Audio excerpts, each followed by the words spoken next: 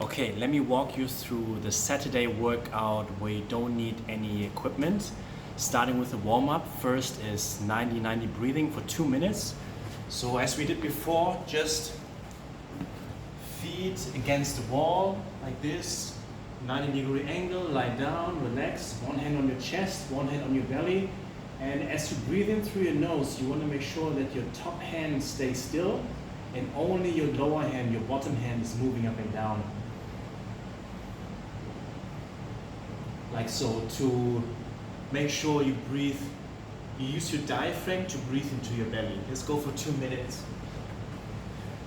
And then after this, you go one set of kicking hamstring stretch. That means you lie down on your back again. And then one leg is straight, you hold one leg up like this. And then from here, keep your knee where it is and just straighten your leg all the way. Keep your other leg on the ground. Hold your knee in place and then kick it straight. Kick straight. Make sure you pull your toes towards your shins and kick straight.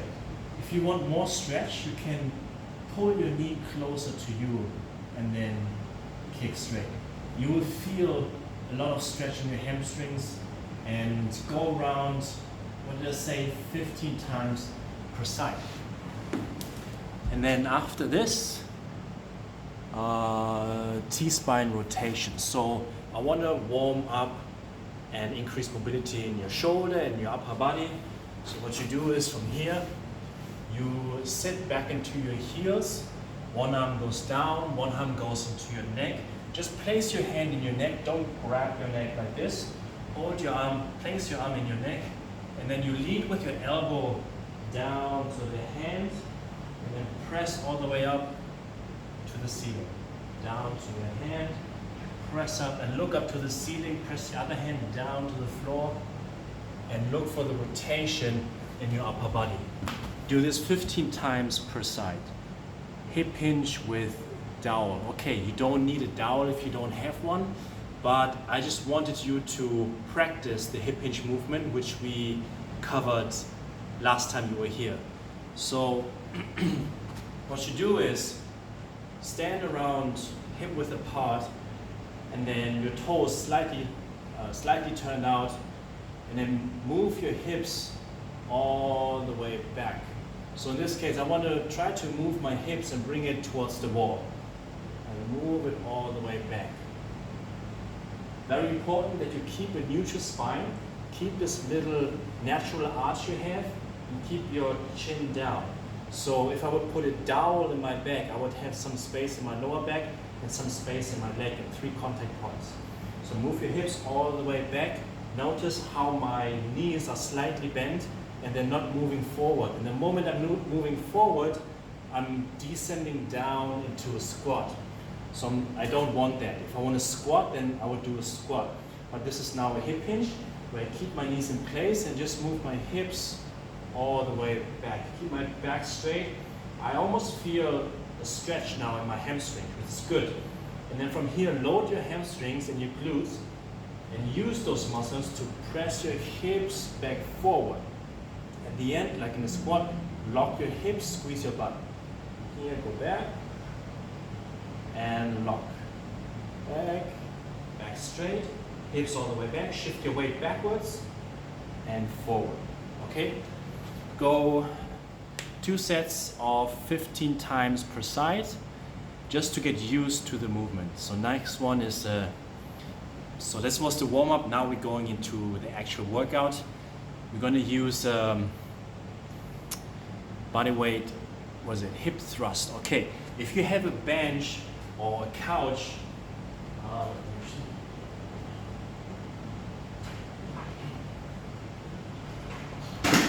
bench or couch at home, that will do.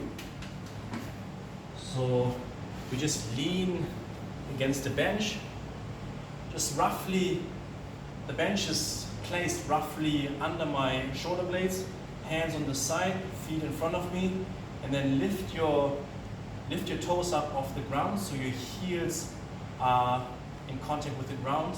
Push your heels down, lift your hips all the way up, down and up.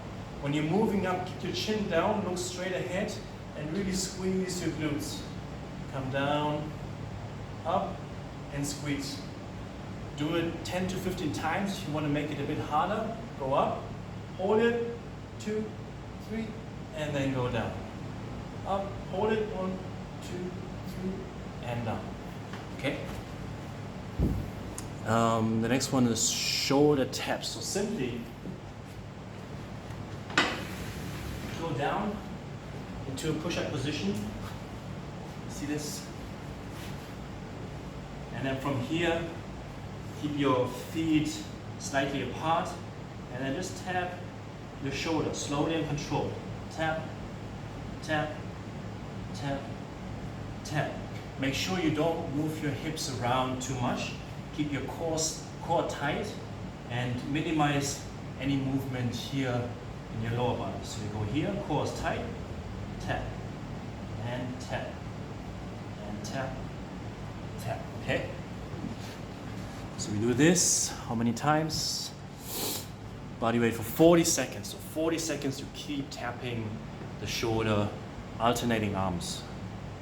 Rest for 40 seconds and then go to a bird dog. So a bird dog would be targeting the backside, the posterior chain of my body, including your glutes, your lower back, upper back, hamstring, and so on. So what you do is you go down, hands under your shoulders, knees under your hips, and then you go out and so left side, opposite, always the opposite leg and arm, diagonally, go out straight, and come back. You can hold this at the top to make it more intense, and make sure you keep a neutral spine. So you don't want to be arching your back or rounding your back. You want to keep it neutral, keep the core tight, and go out. If you want to make it harder, you can hold a water bottle in your hand while you are extending your arm and your back. Okay, so we do this also for 40 seconds. And these 3 exercises, you're going to repeat those for 3 rounds. After you've done this, you go for the second circuit, which is elevated push-up. So it's a push-up with your hands elevated. Again, could be a bench, could be a chair, could be a couch. 1, 2. Put your feet together, align your hips with the rest of your body, like so. And then make sure that your arms are reaching out of your body in a 90-degree angle. And they are vertically placed to the bench. So this way, go around shoulder width apart, feet together, and then move your chest towards the bench and press. Chest towards the bench and press. Your body remains rigid. Make sure you don't move your hips around, keep your core tight, and only your arms are moving. Okay. If you want to make it harder, you can decrease the height. If you want it easier, you do the opposite. So you do this 8 to 12 times, depending on how much you can do. And then a cone touch. Okay, cone touch. Right now I am using a dumbbell as something to reach for, but you can put a baller there or anything else that has a certain height and can serve as a cone. So you balance on one leg, kick one leg back, and then reach forward until you touch it. Once you touch it, use your glutes, your hamstrings to push yourself back. So see it as a single leg version of a hip hinge. Yeah? You did a hip hinge before, so now we do the same thing, hinging, just balancing on one side and isolating the left leg. Going here, touch, and back. Again, a neutral spine is very important. Look for the stretch in your hamstring and then use it again, and your glutes too, to push your hips back forward. Okay, so you do this 10 times per side. rest for 20 seconds, and then you go for the last one, which is the tiger crawl. It means go down, hands down, knees down, and then slightly lift your knees off the ground. And then from here, you want to use your right hand and left leg at the same time. Just step forward, step forward, step forward. Depending on how much space you have, you can walk up and down as well until you reached, what do you say, 30 seconds, 40 seconds tiger crawl.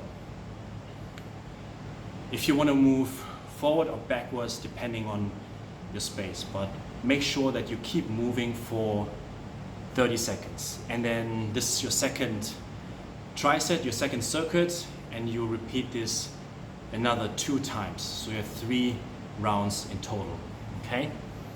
And the last one as a finisher, simply mountain climber, 3 sets for 40 seconds. That means set a timer for 40 seconds and then you move,